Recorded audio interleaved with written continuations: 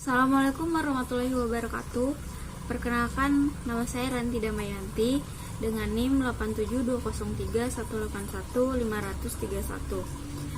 Semester 5 Prodi Pendidikan Ekonomi, Fakultas Ilmu Pendidikan, Universitas Pancasakti Bekasi, dengan mata kuliah Ekonomi Syariah dan dengan dosen pengampu Bapak Dermawan MM.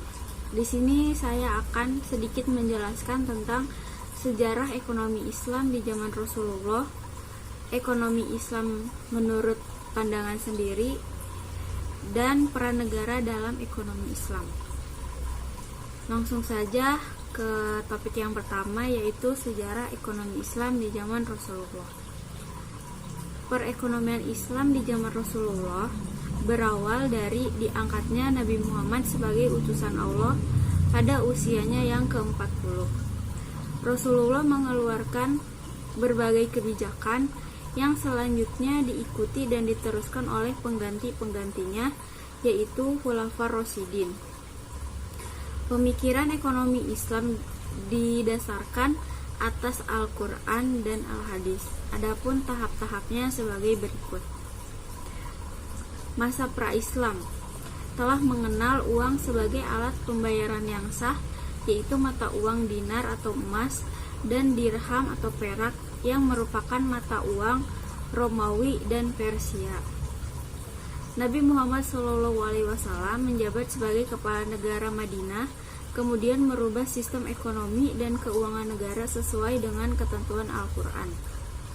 Rasulullah SAW membentuk lembaga Baitul Al-Mal, yaitu semua hasil penghimpunan kekayaan negara dikumpulkan terlebih dahulu dan kemudian dikeluarkan sesuai dengan kebutuhan negara. Pemasukan negara berasal dari haras, zakat, kum, ziyah, dan penerimaan lainnya seperti kafarah dan harta waris orang yang tidak memiliki ahli waris. Nabi Muhammad SAW membuat kebijakan fiskal dan kebijakan moneter. Kebijakan fiskal diantaranya peningkatan pendapatan nasional dan tingkat partisipasi kerja, yaitu penggunaan mata uang dinar dan dirham. Namun yang lebih umum digunakan adalah dirham, karena tentara Islam berhasil menaklukkan hampir seluruh wilayah dikuasai tentara Islam. Rasulullah SAW mendorong masyarakat untuk mengadakan akad kerjasama dan mendesak mereka untuk memberikan qard al-hasan, yaitu hal yang dilakukan untuk mempercepat peredaran uang. Singkatnya seperti itu. Lalu di sini ada ekonomi Islam saat ini menurut pandangan sendiri. Kegiatan ekonomi Islam tidak semata-mata bersifat materi saja, namun juga bertujuan untuk memenuhi kebutuhan hidup seseorang secara sederhana. Rakus terhadap kekayaan dan sikap yang mementingkan materi belaka sangatlah tercela. Walaupun di dalam syariat Islam diakui adanya hak-hak yang bersifat perorangan terhadap suatu benda, bukan berarti atas sesuatu benda yang dimilikinya itu seseorang dapat berbuat sewenang-wenang, sebab aktivitas ekonomi dalam pandangan Islam selain untuk memenuhi kebutuhan hidup sendiri juga masih melekat hak orang lain. Untuk memenuhi kebutuhan hidup manusia sebagai makhluk individu telah disediakan Allah Subhanahu wa Ta'ala beragam benda yang dapat memenuhi kebutuhannya.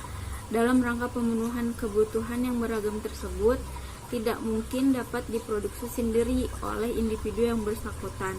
Dengan kata lain, ia harus bekerja sama dengan orang lain. Hal itu bisa dilakukan, tentunya harus didukung oleh suasana yang tentram. Hal ini tercantum dalam Quran surat Al-A'raf yang artinya, sesungguhnya kami telah menempatkan kamu sekalian di muka bumi dan kami adakan bagimu di muka bumi itu sumber penghidupan. Amat sedikitlah kamu bersyukur. Lalu di sini ada peran negara dalam ekonomi Islam. Negara merupakan pihak yang memiliki kewenangan dalam meletakkan dasar-dasar aturan yang mendukung dan dapat melindungi pertumbuhan dan aktivitas ekonomi. Dalam kehidupan masyarakat, tidak dapat dilepaskan dan tanggung jawab pemerintah yang berusaha melakukan penertiban dan mensejahterakan masyarakat. Tanggung jawab pemerintah dalam perspektif Islam memiliki fleksibilitas yang luas didasarkan pada premis bahwa Islam bertujuan untuk mensejahterakan umum masyarakat.